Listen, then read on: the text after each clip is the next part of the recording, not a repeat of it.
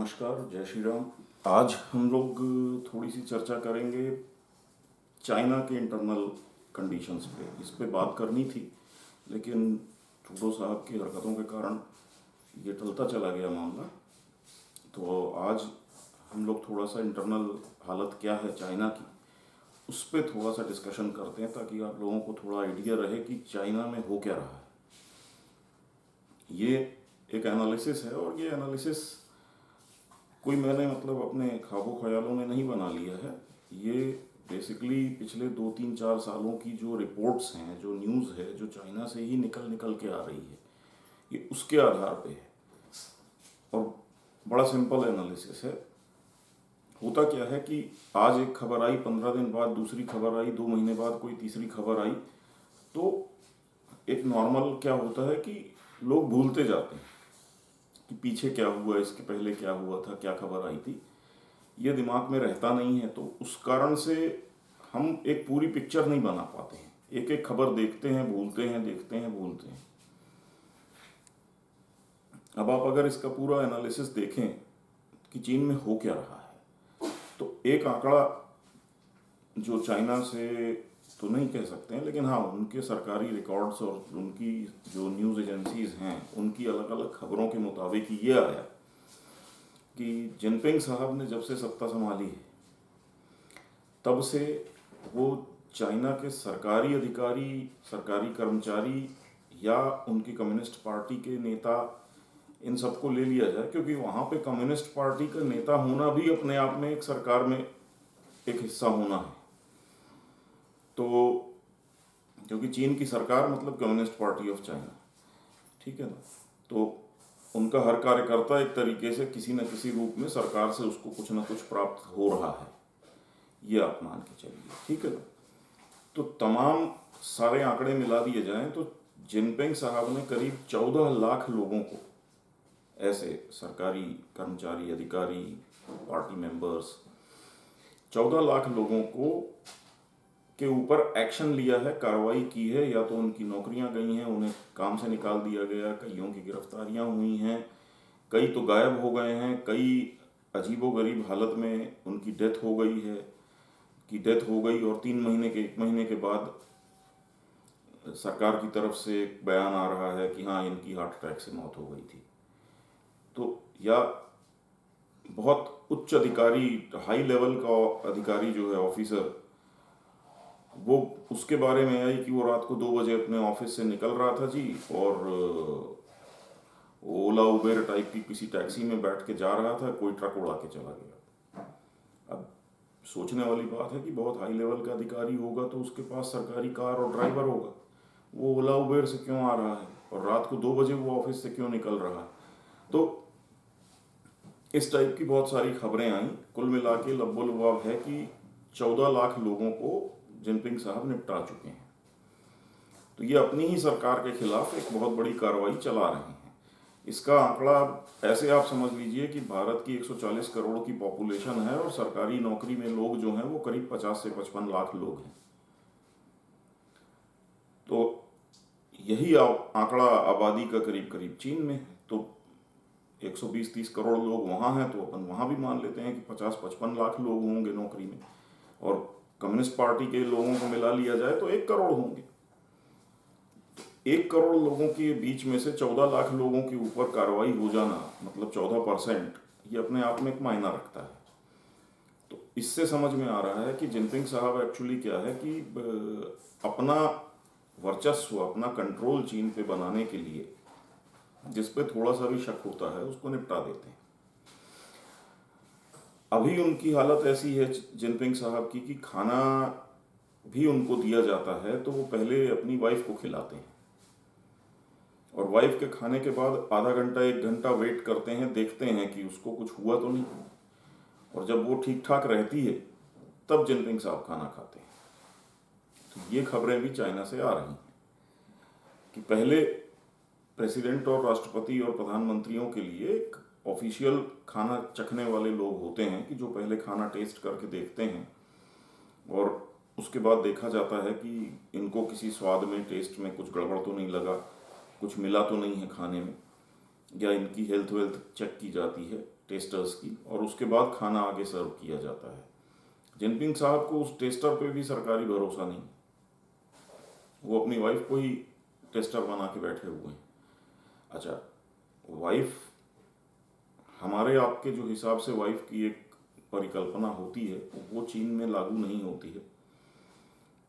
वहाँ पे वाइफ एक अलग चीज़ होती है, ठीक है ना। और कम्युनिस्ट पार्टी के अंदर वाइफ कह लीजिए या मिस्ट्रेस कह लीजिए, इसका एक बड़ा भारी कल्चर है। बीच में एक अधिकारी पकड़े गए थे चाइना के कम्युनिस्ट पार्टी के, तो उनकी कुछ 40-50 मिस्ट्रेसेस का पता चला था।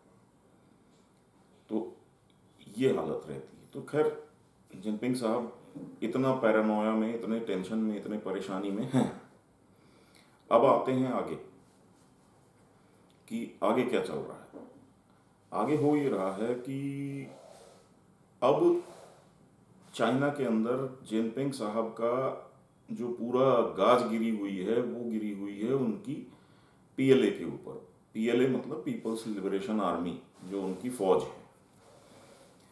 तो फौज के ऊपर इनका पूरा इस समय नजर इनायत है, और दर्जनों की तादाद में जनरल रैंक के अधिकारियों का भी छुट्टी हो चुकी है। मतलब ये 14 लाख की जो लिस्ट बताई मैंने आपको, तो इसमें जनरल और ब्रिगेडियर और कर्नल और इस टाइप के जो बड़े उच्च अधिकारी होते हैं सेना के, तो ये दर्जनों में है इनकी गिनती, जिनको कि ये निपटा चुके हैं। या तो आर्मी में मतलब नौकरी से निकाला जा चुका है, कईयों को जेल में डाला जा चुका है, कईयों को मरवा दिया गया है। तो ये हालत है। तो ये हो क्यों रहा?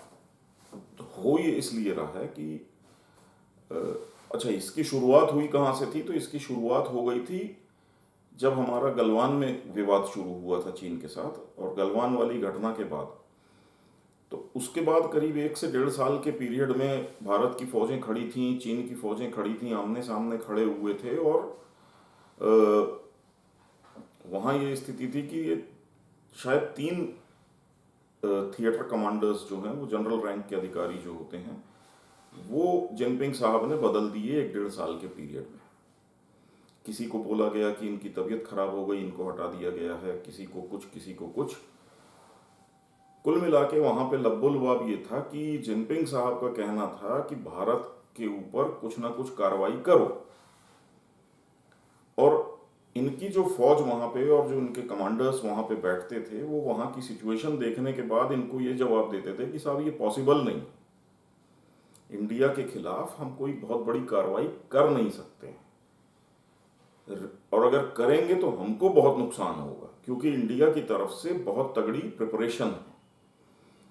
अब जिनपिंग साहब को दिमाग में वो नेहरू वाला इंडिया, वो कांग्रेस वाला इंडिया बैठा हुआ था कि हम तो टहलते हुए जाएंगे टैंक और वो सब लेकर के। और पहले तो इनके पैदल सैनिक आते थे और सैकड़ों किलोमीटर पे कब्जा कर लेते थे भारत की, और भारत कुछ नहीं करता था। इस बार स्थिति ये थी कि इन्होंने टैंक वैंक सब भेज रखे, फिर भी कुछ नहीं हो रहा है, इनकी सेना आगे बढ़ने को तैयार नहीं है। और वहाँ से जवाब ये आ रहा है कि इंडिया की मतलब बहुत तगड़ी प्रिपरेशन है, और हम लोग अगर आगे बढ़ेंगे तो बहुत मार खाएंगे और बहुत नुकसान होगा। और जिनपिंग साहब इस चीज़ को बर्दाश्त करने को तैयार नहीं, समझने को तैयार नहीं। तो जनरल बदलो, कमांडर बदलो, ये बात नहीं मान रहा है, ये इंडिया के खिलाफ कुछ कर नहीं रहा है। अच्छा, यहाँ से जब इनको बात समझ में आई कि भाई चक्कर क्या है, तो पता चला कि भाई जो इनके पास वेपन सिस्टम्स हैं उस पे इनके कमांडर्स, जनरल्स और फौजियों को भरोसा ही नहीं। उनका कहना है कि ये इक्विपमेंट्स जो हैं ये चलते ही नहीं। आज हम लड़ाई लड़ने बढ़ भी जाएं इंडिया के तरफ, तो हमें यही नहीं पता है कि जो रॉकेट हम फायर करेंगे वो फायर होके निकलेगा भी कि नहीं, या फायर होने के बाद यहीं फट जाएगा, हमारे ही 20 लोगों को मार देगा।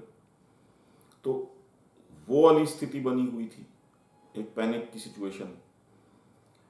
अच्छा, बीच में फिर क्या हुआ कि अमेरिका से नैन्सी पेलोसी ने ताइवान की विजिट कर ली। अब ताइवान की विजिट करने के बाद इन्होंने खूब हल्ला मचाया, हंगामा किया, और ये कि हम ये कर देंगे, हम वो कर देंगे।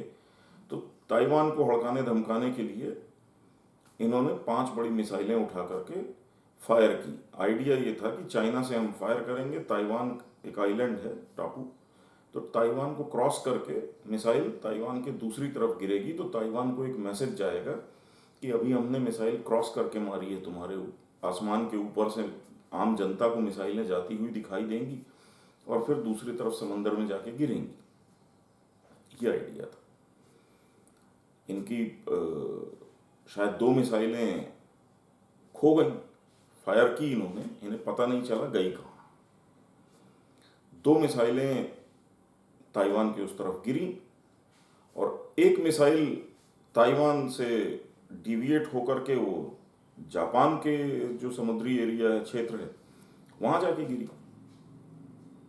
तो अब ये बड़ी विचित्र सी स्थिति। बाद में पता चला कि जो 2 मिसाइलें इनको पता नहीं चली थी, वो 2 चाइना के लैंड से बाहर गई ही नहीं, वो चाइना की ज़मीन पे ही आकर के गिर गई थी वापस, जिसमें से एक मिसाइल तो कहीं जंगल वंगल में एक्सप्लोड हुई थी।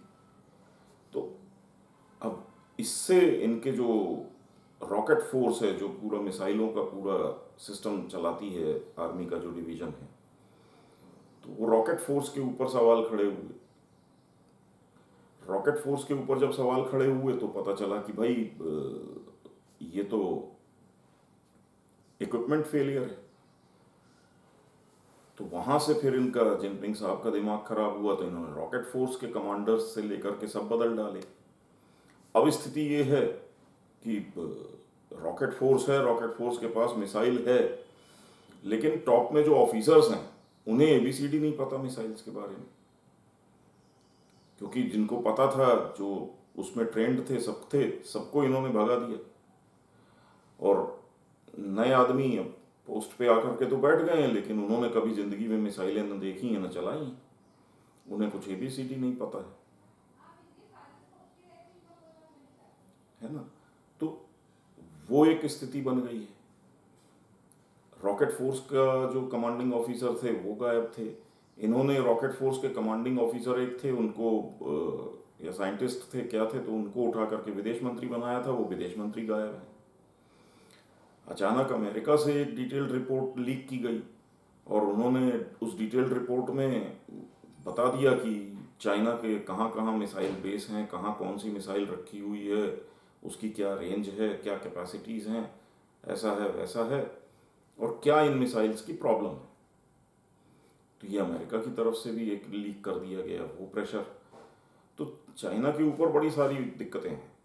अच्छा, ये जब इन्होंने कमांडर्स को एक के बाद एक छुट्टी करना शुरू किया, जनरल्स को छुट्टी करना शुरू किया, तो एक तरीके से पीएलए जो है, इनकी आर्मी जो है, अब आर्मी का 36 का आंकड़ा बना हुआ है जिनपिंग साहब के साथ।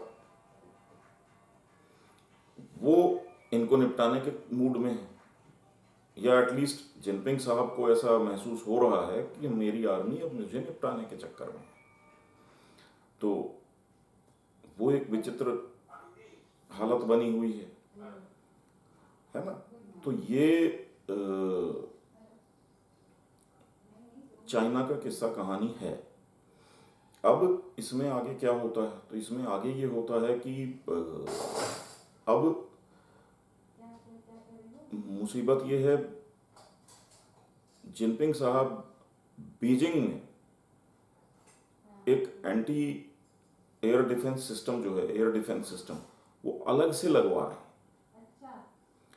और ये जो मतलब एयर डिफेंस सिस्टम अलग से लगाया जा रहा है, ये क्यों लगाया जा रहा है, तो इनको खतरा ये है कि कहीं हमारी ही पीएलए, हमारी ही रॉकेट फोर्स कहीं बीजिंग के ऊपर मिसाइलें ना फायर करे। तो अब आप समझ लीजिए कि क्या हालात बने हुए हैं वहाँ पे। अच्छा, बहुत बड़ी बड़ी मतलब नेवर बिफोर टाइप की नेवल एक्सरसाइजेस करवाई जा रही हैं और आर्मी की बड़ी बड़ी एक्सरसाइजेस करवाई जा रही हैं। वो इसलिए करवाई जा रही हैं कि इनको ये कहा जा रहा है कि तुम लोग अपने बड़े वेपन्स और ये सब लेकर के चाइना से दूर चले जाओ, सारे शिप्स को, कि तुम लोग मिसाइलें लेकर के दूर हो जाओ। रॉकेट फोर्स भी जो है वो अपने मोबाइल मिसाइल्स वगैरह को लेकर के कहीं तिब्बत में जाकर के प्रैक्टिस करो, कहीं कुछ करो, दूर रहो। तो चाइना के अंदर ये एक बड़ी खतरनाक सी हालात बने हुए हैं कि जहाँ पे कि पीएलए को जिनपिंग पे भरोसा नहीं, जिनपिंग को उनकी आर्मी पे भरोसा नहीं। और इसकी ही वानगी अभी दिखी थी जब जो बाइडेन G20 में भारत आए थे, और भारत से उसके बाद वियतनाम गए थे। तो वहाँ पे वियतनाम में जाकर के जो बाइडेन ने एक बड़ा स्पष्ट सा स्टेटमेंट दिया था कि नहीं, चाइना युद्ध कर ही नहीं सकता। और ये एक्चुअली इंडियन इंटेलिजेंस और अमेरिकन इंटेलिजेंस सबकी एक रिपोर्ट्स आनी शुरू हो गई हैं कि वाकई में चाइना के पास युद्ध करने की क्षमता नहीं है, क्योंकि उनके जो सोल्जर्स हैं, पहली चीज तो वो इक्विप्ड नहीं है, और दूसरे उनके जो इक्विपमेंट्स हैं, वेपन सिस्टम्स हैं, उसके ऊपर उनको खुद भरोसा नहीं है कि वो काम करेंगे कि नहीं करेंगे। उन्होंने जहां जहां वेपन सिस्टम्स बेचे हैं, जो जिसको भी बेचे हैं, पाकिस्तान को काफ़ी बेचा है, नाइजीरिया को बेचा है, कुछ मलेशिया को बेचा था, कुछ म्यांमार को बेचा था, सब जगह से इन वेपन सिस्टम्स के खिलाफ शिकायतें आ रही हैं। सबने उनको उठा करके साइड में रख दिया है, चल नहीं रहे हैं, काम नहीं कर रहे हैं। ये क्यों हुआ है? तो वो हुआ ये है कि एक तो पहले स्टोलन टेक्नोलॉजी इन्होंने कॉपी करके बना लिया है। इनको ये नहीं पता है कि किस मशीन के अंदर कौन सा पार्ट क्या काम करता है। इन्होंने बस ये यहाँ लगा है, ऐसा लगा है, इस डिज़ाइन का है, उसको कॉपी किया, वहाँ पे फिट करते चले गए। तो उन्होंने उसकी मतलब फोटोकॉपी टाइप की मशीन तो बना ली, लेकिन अब हर कंपोनेंट एक अलग मेटल से बनता है,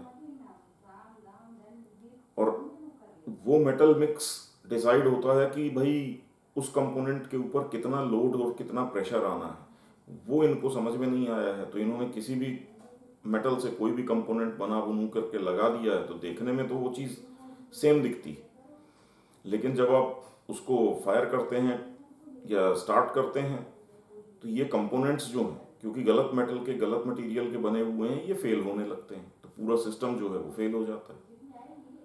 ये दूसरा, चाइना का जहाँ पे भी इनका जो जीपीएस वाला इक्विपमेंट है, अब ये अपना बाइडो या क्या करके इन्होंने एक अपना जीपीएस सिस्टम बनाया हुआ है, गाइडेंस सिस्टम।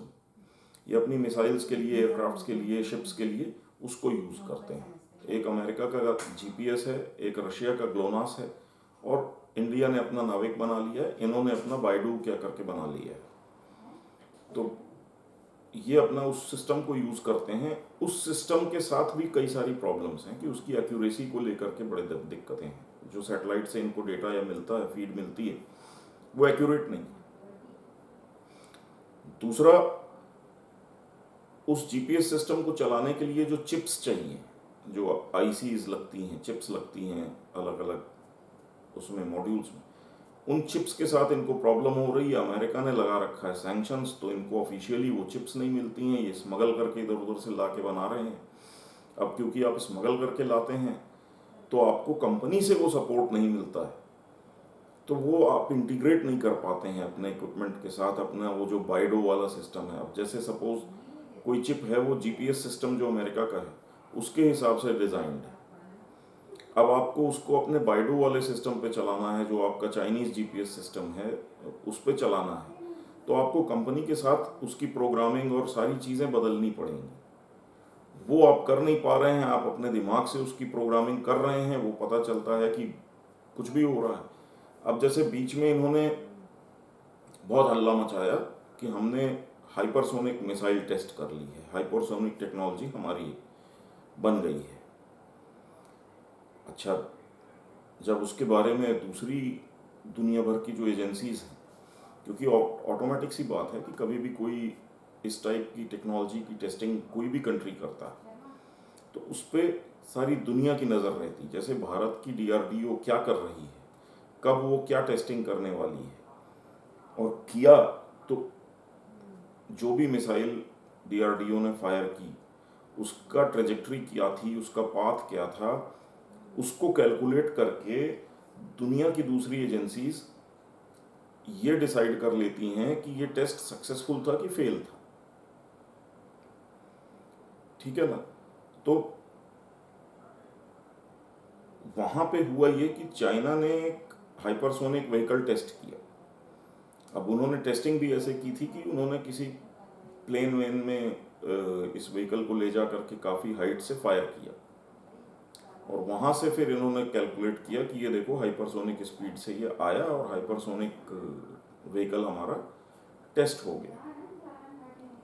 तो उस पे जब अमेरिकन और बाकियों ने एनालिसिस अपना दिया है तो उनका ये कहना था कि इसकी जो ट्रेजेक्ट्री थी और इसको जिस जगह जाकर के गिरना था, जो टारगेट था, टारगेट से 20 किलोमीटर दूर जाके गिरा। और 20 किलोमीटर दूर तो मतलब ऐसी मिसाइल का क्या मतलब कि जो मतलब टारगेट है आपका उसको छोड़ करके 20 किलोमीटर दूर जा करके गिर रही है, तो ऐसी आप 2 दर्जन मिसाइल्स भी फायर करेंगे तो कोई भी टारगेट पे नहीं लगेगी, वो 20-30 किलोमीटर दूर कहीं भी जाएगी। और 1000-1200 किलोमीटर की रेंज की मिसाइल है तो आपकी 20 ही नहीं, वो 200 और 400 किलोमीटर दूर भी जाएगी। तो ये चाइना को एक बड़ी भारी प्रॉब्लम आ गई है, और ये ऑफिशियली आप समझ लीजिए कि अमेरिका ने इसको वो कर लिया, एनालाइज कर लिया। इसमें एक किस्सा इनके उसका है, रॉकेट फोर्स के चीफ का है या विदेश मंत्री का सॉरी। वो पहले रॉकेट फोर्स के साइंटिस्ट थे, उनको विदेश मंत्री बना दिया जिनपिंग साहब ने। बाद में पता चला कि उनकी एक मिस्ट्रेस है, एक गर्लफ्रेंड है। वो गर्लफ्रेंड जो है वो चाइना में न्यूज़ एंकर वगैरह कुछ थी। बाद में इन्होंने काफ़ी उनको पढ़ने वढ़ने के लिए हमें चाइनीज़ गवर्नमेंट से स्कॉलरशिप वगैरह दिलवा दी, तो वो जर्नलिज्म का कोर्स करने के लिए अमेरिका चली गई और वो वहीं रहती हैं। बाद में ये पता चला कि ये जो विदेश मंत्री साहब हैं, इन्होंने बहुत सारी रॉकेट फोर्स से जुड़ी हुई टेक्नोलॉजी अपनी उस गर्लफ्रेंड के साथ शेयर की थी, डिस्कस की थी, वो पूरी अमेरिका को मिल गई। तो जब ये पता चला तो उसके बाद से ये विदेश मंत्री साहब गायब हैं। अभी हाल की खबर है इनके रक्षा मंत्री गायब है, और रक्षा मंत्री इसलिए गायब हैं कि वही पीएलए पे भरोसा नहीं है जिनपिंग साहब को, और शायद उनको ये लगता है कि रक्षा मंत्री आर्मी को यूज़ करके मेरी बैंड बजाने के लिए तैयार बैठा है। तो चाइना में पहली चीज़ ये है कि हम लोग बोलते आ रहे थे, इंडिया का मतलब पूरा जो साइंटिफिक कम्युनिटी है ये बोलती आ रही थी कि चाइना का वेपन सिस्टम्स जो हैं वो रिलायबल नहीं है, लड़ने लायक नहीं। आज ये दुनिया बोल रही है। इन्होंने रशिया को काफ़ी सारा वेपन और छोटे मोटे ये रॉकेट्स और मोटार्स और मिसाइल्स इस टाइप की रशिया को सप्लाई की अभी यूक्रेन वॉर के लिए। रशिया का फीडबैक इनको यही आया कि यार आपने क्या भेजा है, ये चीज़ें चलती नहीं, काम नहीं करती हैं, बहुत दिक्कत हो रही है हम लोगों को फील्ड पे। अब आप सोचिए कि कोई आपने रॉकेट लॉन्चर से रॉकेट फायर किया, उसको 1 किलोमीटर दूर जाके गिरना है, वो 10 कदम दूर आके गिर गए उसका, और उसके बाद 10 कदम दूर आके गिर गया, अब आप भाग रहे हैं, वो आपके पीछे फट रहा है। तो ऐसे वेपन्स जो आपकी आर्मी को खुद मारने के लिए पर्याप्त हों, उसको लेकर के आपके सोल्जर्स किस हिम्मत के साथ लड़ने जाएंगे मैदान में। अच्छा, इनके सोल्जर्स को ये पता है कि छोटी मोटी बंदूकों के अलावा जो बड़े वेपन्स हमारे पास हैं इनका कोई भरोसा नहीं, ये कब कहाँ क्या हो जाएगा। इनके टैंकों का कोई भरोसा नहीं है। टैंक इन्होंने बेचे थे पाकिस्तान को, वो थोड़ी देर चलते हैं, 10-20 किलोमीटर चलने के बाद वो गर्म हो जाते हैं, गर्म होकर खड़े हो जाते हैं। अब वो पाकिस्तान इनसे भीख मांग रहा है कि भैया इसका कुछ कर दो, तो पता चला कि जो रेडिएटर लगा होता है इंजन को कूल करने के लिए, वो रेडिएटर कैपेसिटी से कम साइज का लगा है। वो बोल रहे हैं कि भाई दूसरा हायर कैपेसिटी का रेडिएटर लगा दो इनमें, ये उसका जवाब नहीं दे रहे हैं क्योंकि उस टैंक में बड़ा रेडिएटर लगाने के लिए जगह ही नहीं।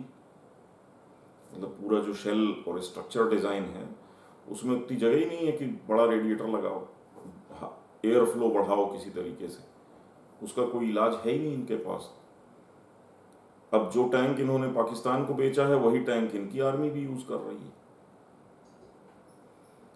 तो इस टाइप की इनके साथ बहुत सारी प्रॉब्लम्स है, और हर प्लेटफॉर्म में इनको प्रॉब्लम्स है। और रीज़न उसका क्या है? करप्शन। करप्शन ये जिनपिंग साहब ने एक्चुअली 2030 में इनकी जो चाइना कम्युनिस्ट पार्टी है उनका ये जो प्रोजेक्शन था कि हम 2030 तक एक इंटरनेशनल लेवल की मिलिट्री फोर्स खड़ी करेंगे। जिनपिंग साहब को लगा कल हो ना हो, मैं जिंदा बचूं ना बचूं, लेकिन मेरे को तो महान वो बनना है। तो इन्होंने ही बोला नहीं, 2030 नहीं, 2022 में ही करो। ये मिलिट्री फोर्स जो इंटरनेशनल लेवल की एक सुपर पावर मिलिट्री बनानी है, ये 2022 में ही बनाओ।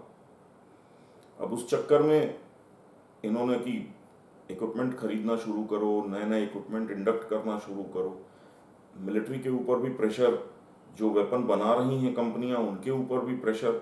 अब जिस चीज़ का टारगेट आपका 2030 है वो आप 8-10 साल पहले कर रहे हो। आपने आधी रिसर्च छोड़ दी, भैया जो हो गया, बना बुनू करके ठोक पीट के किसी तरीके से दे दो।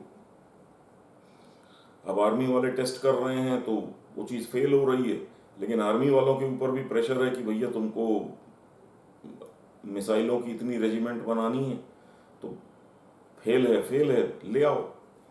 वहाँ भी खरीदी हुई। तो उस चक्कर में सबको पता था, इनकी आर्मी को पता था, वेपन बनाने वाली कंपनियों को पता था कि ये पूरा कबाड़ है, चलना कुछ नहीं है। लेकिन जिनपिंग साहब क्या है कि अब उनके बारे में कहा जाता है ये 5वीं पास भी नहीं। तो ऐसे आदमी को क्या समझाओ, वो मानने को तैयार नहीं। तो ये वाली स्थिति में चाइना बहुत बुरी तरह फंसा हुआ है, और ये कम पढ़े लिखे लोगों की एक बड़ा आतंक मचा हुआ है पूरी दुनिया में। आपको शायद जान के आश्चर्य होगा कि जस्टिन ट्रूडो जो कनाडा के प्रधानमंत्री हैं, उनके बारे में भी कहा जा रहा है वो 10वीं पास नहीं है। और ऐसे मूर्खों ने ऐसा अत्याचार किया हुआ है अपने ही देश के ऊपर कि उसका नतीजा आपके सामने। चाइना अच्छा खासा चलता हुआ देश, उसको जिनपिंग साहब ने सत्यानाश मार दिया है। मतलब आज उनकी इकोनॉमी तबाह है, उनकी आर्मी तबाह है, उनका मतलब पूरा इंफ्रास्ट्रक्चर से लेके सब कुछ मिट्टी में मिला के रख दिया इस आदमी ने। और चीजें कहाँ जा रही हैं, क्या हो रही हैं, सब कुछ बेकाबू। और किसी को कुछ नहीं पता है चाइना के अंदर, ना किसी को कुछ समझ में आ रहा है। अचानक किसी भी दिन चाइना के कोलैप्स की खबर आ सकती है। और अब मतलब सारे थिंक टैंक्स से लेकर के सब बहुत सीरियसली इस चीज पे डिस्कशन कर रहे हैं कि चाइना के 7 या 8 टुकड़े होने वाले हैं। तो कहाँ हम पाकिस्तान के 4 टुकड़े की बात कर रहे थे, कहाँ अब चाइना के 8 टुकड़ों की बात हो रही है। तो आगे देखिए क्या होता है। और ये जो एनालिसिस वगैरह मैंने आपको बताए हैं, आप इन चीज़ों को गूगल करना शुरू करेंगे तो आपको एक एक चीज़ का न्यूज़ आइटम मिलना शुरू हो जाएगा। पिछले साल, 2 साल, 3 साल के पीरियड में इन सब चीज़ों से जुड़ा हुआ। चाइना से हालांकि खबरें कम आती हैं, लेकिन आजकल निकल रही हैं, काफ़ी कुछ निकल रही हैं। जैसे पीएलए जो है, इनकी पीएलए आर्मी, इनकी Pakistan liberation, people's liberation army, PLA, उसका एक पीपल्स डेली या क्या करके एक न्यूज़लेटर आता है। उसमें एक आर्टिकल छप गया अभी कुछ दिन पहले, जिसमें कि वो साफ कह रहे हैं कि हमारी कोई तैयारी ही नहीं। वो स्पष्ट कह रहे हैं कि ट्रेनिंग का कोई सिस्टम ही नहीं है, हमारे यहाँ जो मैन पावर है वो ट्रेंड ही नहीं है। मतलब मिसाइल के लिए रॉकेट फोर्स है, उनके हाथ में मिसाइलें हैं, मिसाइलें चलानी कैसे हैं उसके लिए उन आदमियों को पता ही नहीं। वो उसको सिर्फ कपड़ा पड़ा मार देते हैं, चमका उमका के रख देते हैं, ट्रक लेकर के इधर उधर घूमते रहते हैं, उसके ऊपर मिसाइल लगी हुई है। उसको अगर बोला जाए कि आपको ये प्रोग्राम करके मिसाइल को यहाँ फायर करना है, यहाँ गिरनी चाहिए, वो नहीं बनता। उसी पीपल्स डेली में उस रिपोर्ट के मुताबिक जो सैटेलाइट्स हैं वो इन्होंने छोड़ रखे हैं, सैटेलाइट से डेटा आ रहा है, फोटो आ रही है, सब कुछ आ रहा है। इनके जो जनरल्स हैं, जो ऑफिसर्स हैं, जिनको ये देखना है कि इस डेटा का मतलब क्या है, तो वो काबिलियत नहीं है। किसी को ये नहीं पता है कि इस डेटा का करना क्या है, इस डेटा से हमको क्या निकालना है, कि कहाँ से कोई शिप मूव हो रहा है, कहाँ से कोई प्लेन मूव हो रहा है। और एक वॉर की सिचुएशन में तो ये डेटा भयानक आता है। तो जो कमांड एंड कंट्रोल सेंटर होता है वो इस डेटा को एनालाइज करने के बाद अपनी जो अलग अलग यूनिट्स हैं उनको इंस्ट्रक्शन देता है कि तुम यहाँ अटैक करो, तुम यहाँ अटैक करो, तुम इस चीज़ को रिस्पॉन्ड करो, तुम ये पोजीशन लो। वहाँ वो कमांड एंड कंट्रोल सेंटर जो है वो डेटा प्रोसेस कर ही नहीं पा रहा। उसके लिए इनके पास लोग नहीं। लोग क्यों नहीं है? क्योंकि टॉप के सारे जनरल कमांडर्स जो हैं, जो एक्सपर्ट हुए थे, क्योंकि क्या है, जैसे मिसाइल टेक्नोलॉजी, अब मिसाइल टेक्नोलॉजी बहुत सोफिस्टिकेटेड साइंटिफिक चीज़। मिसाइल क्या होती है? मिसाइल एक रॉकेट है, वही रॉकेट है जो इसरो फायर करता है, जो आप चंद्रयान और मंगलयान वगैरह देखते हैं। अब इसरो वालों को तो आप साइंटिस्ट बोलते हैं, वो महीने में एक रॉकेट लॉन्च करते हैं। युद्ध के समय पे जो रॉकेट फोर्स होती हैं किसी भी कंट्री की, वो तो एक दिन में एक दर्जन मिसाइल फायर करती हैं। और सेम प्रिंसिपल पे काम करता है रॉकेट के। तो जो काम इसरो वालों को, जो प्रोग्रामिंग, और वो आपको इतना बड़ा कंट्रोल रूम दिखाई देता है इसरो का, सैकड़ों की तादाद में कंप्यूटर लगे हुए हैं, लोग बैठे हुए हैं और चल रहा है काम। यही सारी चीजें मुट्ठी भर लोगों को युद्ध के मैदान में करनी होती है एक मिसाइल फायर करने के लिए। तो आप सोचिए उनको कितना साइंटिफिक और टेक्निकल नॉलेज की जरूरत होती है कि एक जरा सा फिगर गलत हुआ और आपकी मिसाइल 200-400 किलोमीटर कहीं दूसरी जगह जाके गिरेगी। इसरो के लिए तो फिर भी आप ये कह सकते हो कि वो क्या है, समंदर के किनारे कहीं से लॉन्चिंग करते हैं कि रॉकेट उनका फेल भी हो गया तो वो समंदर में जाके गिरेगा। यहाँ तो आपने मिसाइल फायर की है, वो लेफ्ट में जा रही है तो इंडिया जा रही है, राइट में जा रही है तो जापान जा रही है। और आपसे जरा सा मिस्टेक हो गई तो इंडिया पे आपने फायर किया है, गिर रही है वो जाके जापान में। जापान में नहीं गिर रही, कहो घूम करके वापस आप ही की कंट्री में कहीं गिर जाए, और गिरेगी तो तबाही आएगी, क्योंकि वो तो बनी तबाही के लिए। तो उनकी पीपल्स लिबरेशन आर्मी का जो न्यूज़पेपर है वो इस चीज़ के ऊपर एक आर्टिकल लिख के बैठा है कि भाई हम लोगों को पता ही नहीं है, हमारा कंट्रोल सिस्टम जो है, कमांड एंड कंट्रोल सेंटर है, उसमें लोगों को कोई टेक्निकल नॉलेज नहीं है कि ये डेटा एनालिसिस कैसे करना है, इन मिसाइलों को कैसे मैनेज करना है और कैसे इसको फायर करना है। और ऑन ग्राउंड जिन लोगों को एक्चुअली ये मिसाइलें फायर करनी है उनके पास ट्रेनिंग के लिए टाइम नहीं है। उनके पास इसलिए ट्रेनिंग के लिए टाइम नहीं है क्योंकि उनका मैक्सिमम टाइम कम्युनिस्ट पार्टी का जो एक प्रोपेगेंडा है वो उनको मैंडेटरी उसकी क्लासेस होती हैं, तो बोले वो करनी पड़ती हैं। तो वो कम्युनिस्ट पार्टी का एजेंडा जो है, प्रोपेगेंडा, वो कम्युनिस्ट पार्टी की किताबें वो रट रहे हैं बैठ के। तो उनके लिए ये टेक्निकल ट्रेनिंग करने का टाइम ही नहीं है उनके पास। तो वेपन्स हैं, इक्विपमेंट हैं, पहली चीज वो इक्विपमेंट और वेपन्स जो 2030 में इनके पास आने चाहिए थे प्रॉपर रिसर्च हो करके, वो आज ही ला दिए गए हैं आधी अधूरी रिसर्च पे। दूसरा, इसको चलाने के लिए जो एक आपको पूरा, क्योंकि ये बहुत साइंटिफिक और टेक्निकल चीज होती है। मतलब आप समझिए कि इंडिया में भी एक टैंक है, सिंपल इक्विपमेंट होता है, कोई बहुत कॉम्प्लिकेटेड नहीं होता है, लेकिन हाँ है अल्टीमेटली एक गाड़ी, और उसको भी चलाने के लिए 3 लोग रहते हैं। एक कमांडर होता है, एक जो ड्राइवर होता है, और एक गनर होता है जो गन चलाता है उसकी। ये 3 लोग होते हैं। इन 3 लोगों को तैयार करने में 3 से 4 साल लग जाते हैं आर्मी को। 3 से 4 साल लगते हैं एक सिंपल टैंक के ऑपरेशन के लिए, जिसमें वो एक गाड़ी है चल रही है और एक गन लगी हुई है जो फायर कर रही है, और इन कहाँ चलना है और कहाँ फायर करना है ये डिसाइड करने के लिए टैंक का कमांडर है। तो कमांडर को अपने गनर से बात करना, कमांडर को अपने ड्राइवर से बात करना, क्या कमांड किसको कब क्या देनी है, कैसे क्या होगा, ये प्रैक्टिस करने में इनको 4 साल 5 साल लगते हैं। तो मिसाइल तो अपने आप में बहुत कॉम्प्लिकेटेड चीज है, एयरक्राफ्ट तो बहुत कॉम्प्लिकेटेड चीज है। या जो एयरक्राफ्ट कैरियर है, आप इमेजिन करिए, एक शिप चलाना अपने आप में पेचीदा चीज होती है। आप एक शिप चला रहे हैं, उस शिप के ऊपर से दर्जनों एयरक्राफ्ट उड़ रहे हैं, लैंड हो रहे हैं, रीलोड हो रहे हैं, फ्यूल ले रहे हैं, फिर उड़ रहे हैं।